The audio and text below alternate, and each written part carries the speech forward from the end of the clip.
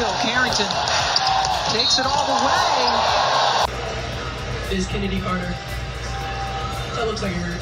Marina Mabrey and Dejounte Carrington just got a taste of their own medicine.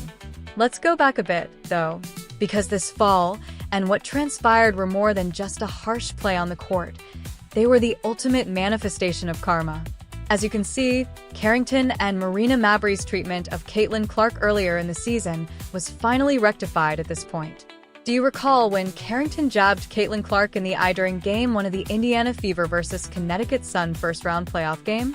The game had just lasted 90 seconds. It wasn't your typical tumble when Clark, the Fever's star rookie sensation, hit the ground in agony. The fall was obvious. Carrington's hand struck Clark in the face, causing her to be visibly injured. However, the subsequent events were considerably worse. Carrington was foolish enough to laugh about it. She made fun of Clark's suffering as though it were an inside joke during a brief exchange with her teammate Marina Mabrey. This was also not a singular incident. A few weeks later, Carrington was back on Instagram Live with Nalissa Smith, her girlfriend and teammate from the Indiana Fever. Carrington played out the famous eye poke in a lighthearted way while grinning. Perhaps it was lighthearted, but for CaitlinClark fans, it was a metaphorical slap in the face. It served as a reminder that Carrington's contempt on the court was deliberate and not an accident. Marina Mabrey subsequently fueled the flames. Days after Carrington's jab, Mabrey struck Clark hard in the face during Game 2 while going in for a block. The photo gives you an idea of how awful it was. Even the commentator was unable to remain mute because it was so awful. They yelled, "That's a foul," incredulous that the refs had overlooked what was obviously a blatant maneuver. Social media was used by fans to voice their indignation and draw attention to the injustice. Many contended that this would have been an automatic flagrant foul with no questions asked if it had occurred in the NBA. However, as they say, good things come to those who give them. In the second game of the playoffs, Dejounte Carrington was on her way to the basket, about to score. Kayla McBride, however, had other ideas. Carrington crashed to the ground after McBride gave her a heavy foul in what can only be called a poetic moment. The action will be replayed. The impact was so intense that the audience gasped, and time seemed to stop for a split second. The player who had made fun of Clark only weeks prior, Carrington, was now the victim of a vicious foul. It appeared that justice had been done at last. However, it didn't stop there. Shortly following this heated altercation, Carrington's co-conspirator, Marina Mabrey, also met an unfortunate end. Everyone in the arena winced when McBride's elbow struck her as she attempted to make a play while defending against him. Similar to Carrington before, Mabrey was sent sprawling and remained down for short while longer than normal. It was impossible for fans not to feel gratified. Instant karma for what she had done to Clark. However, karma wasn't yet complete with Marina Mabrey. Mabrey got into another altercation with Chicago Sky guard Chindi Carter during a subsequent game. Known for being a ferocious competitor, Carter didn't hold back and gave Mabrey a powerful smack that sent her to the ground once more. Carter was given a flagrant foul for her conduct, which left Mabrey shaken. Fans of Clark, however, saw it as another opportunity for atonement. Mabrey was now paying for her conduct after getting away with fouling Clark earlier in the season. It's one thing to witness a player make a mistake, but it's quite another to watch them escape punishment. These moments weren't simply about fouls or basketball plays, which is why they were so important. They have to do with justice. During the playoffs, CaitlinClark, who had been the target of cheap shots and dirty acts, was no longer present.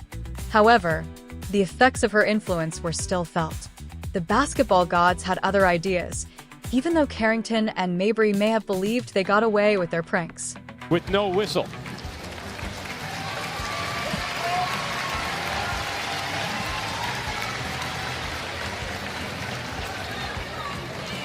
Now there's nothing Indiana. We simply cannot stop talking about the CaitlinClark effect, so let's take a moment to discuss it.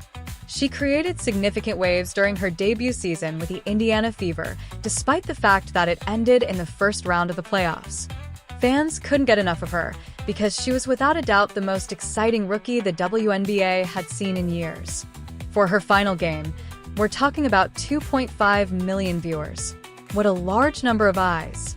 It seems as though she made the WNBA a must-watch television program overnight. Suddenly, however, the Fever are eliminated from the playoffs. Play the melancholy trombone. The WNBA playoffs seem to be lacking something in Clark's absence. Like a burger without the patty, you know. Although it isn't quite as satisfying, it is still technically a burger. It is demonstrated by the numbers. 1.1 million people watched Game 1 of the WNBA Finals between the Minnesota Lynx and the New York Liberty, according to reports. Undoubtedly, it was a respectable figure, but it represented a significant drop from the fervent enthusiasm that CaitlinClark had created only a few weeks prior. Without a doubt, those numbers would have soared if Clark and the Fever had advanced to the finals. The CaitlinClark effect is evidently real. She was more than just a sensational rookie. She was a player who infused the league with enthusiasm, vitality, and a new story. In addition, her supporters saw players like Carrington and Mabrey receive their fair deserts as a tiny measure of justice during a season that ended too soon for Clark. You could practically hear Clark supporters roaring from their couches whenever Carrington or Mabrey hit the floor. With a large Coke and a side of popcorn, it was similar like watching instant karma in action. Was Clark present when all of this occurred? No. She was most likely relaxing at home or practicing her jump shot in the driveway. But her admirers? Like it was the last piece of pizza at a party, they were gorging themselves on this. The 2023 WNBA season was ultimately about more than just the winners and losers. It was about CaitlinClark arriving, appending everything, and then observing from a distance while karma took its course. It demonstrated that, occasionally at the speed of a fast break, what goes around comes around. Cheers to CaitlinClark, then. Even if she didn't win the title, she managed to win the season. She attracted onlookers, created some drama, and unintentionally created the conditions for some cosmic basketball justice. And to Mabrey and Carrington, let's assume that they discovered a useful lesson. Like life in general, basketball is all fun and games until you have to pick yourself up off the court. The story's lesson? Avoid tampering with CaitlinClark, because the game has a humorous way of evening the score even when she isn't playing. One karmic slam dunk at a time, the CaitlinClark effect is altering the game, people. The tale of Clark's retaliation is far from over. Check out how CaitlinClark herself exposed another WNBA bully in the link below. Thank you for viewing. Everybody.